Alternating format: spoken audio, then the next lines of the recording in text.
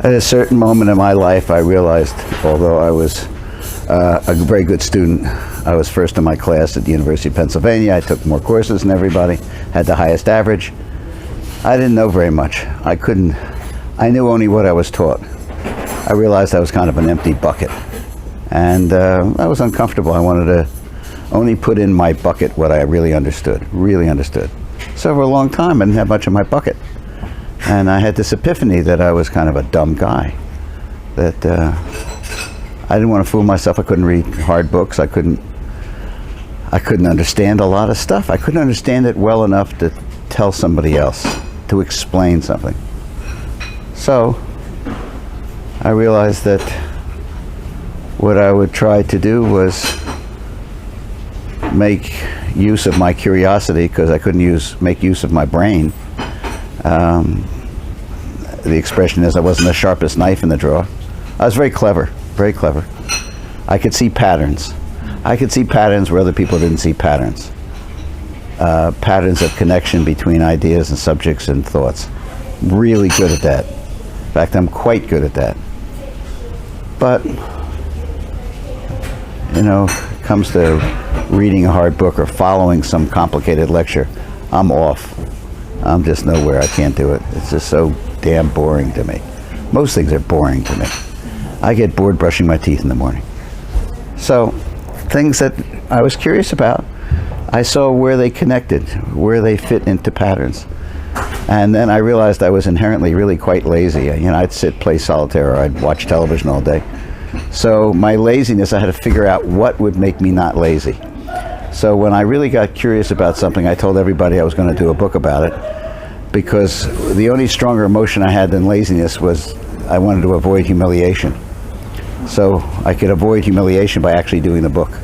If I didn't do the book, didn't do the project, I was humiliated. So I pushed myself into doing things. So then I ended up today having done 81 books on probably 50 different subjects. That's it. It's not very hard. I'm a simple guy. You know, I'm really simple. I get interested in something and I figure out how to explain it to myself. Now, I'm also charming and I know how to convince other people to help me. So you take what you have. I mean, that's what I have. I'm a little crude, I'm charming, I'm honest, and absolutely tenacious. You know, my hooks are in. So that's it.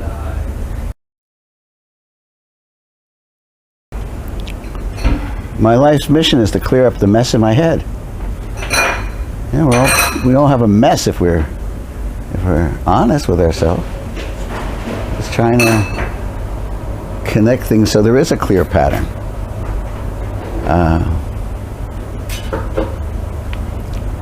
Is to assuage my curiosity.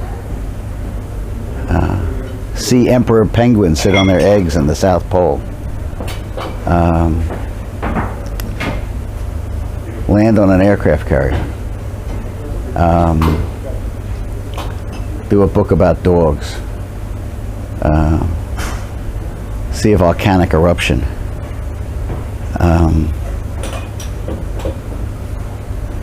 Do a big event and be on the stage the whole time. Control an audience, control a day, control my life, control quality. Think up a new idea. Have a good night's sleep. Not have so much gas in the morning. I mean, it's just, I don't have this big mission. I'm just a guy. I know what I am, and I think I know most of my strong points. I've been so fortunate that by being, in a number of people's minds, rather abrasive,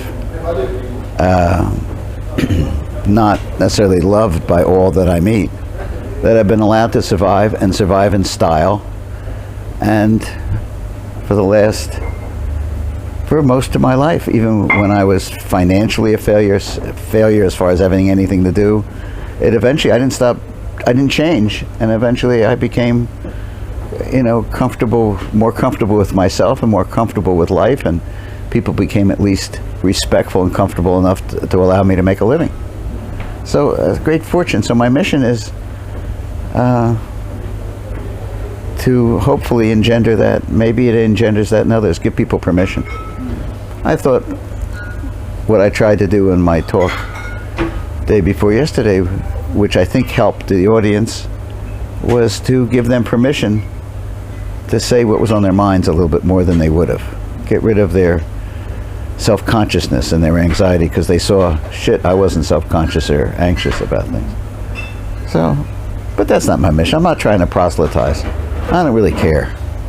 I don't really care. I really care about the next thing that I see and learn. I'm not PC. That's it. Thank you. That's unique. I love it. I love it. Okay. Well. Thank you, Richard. I'm consistent.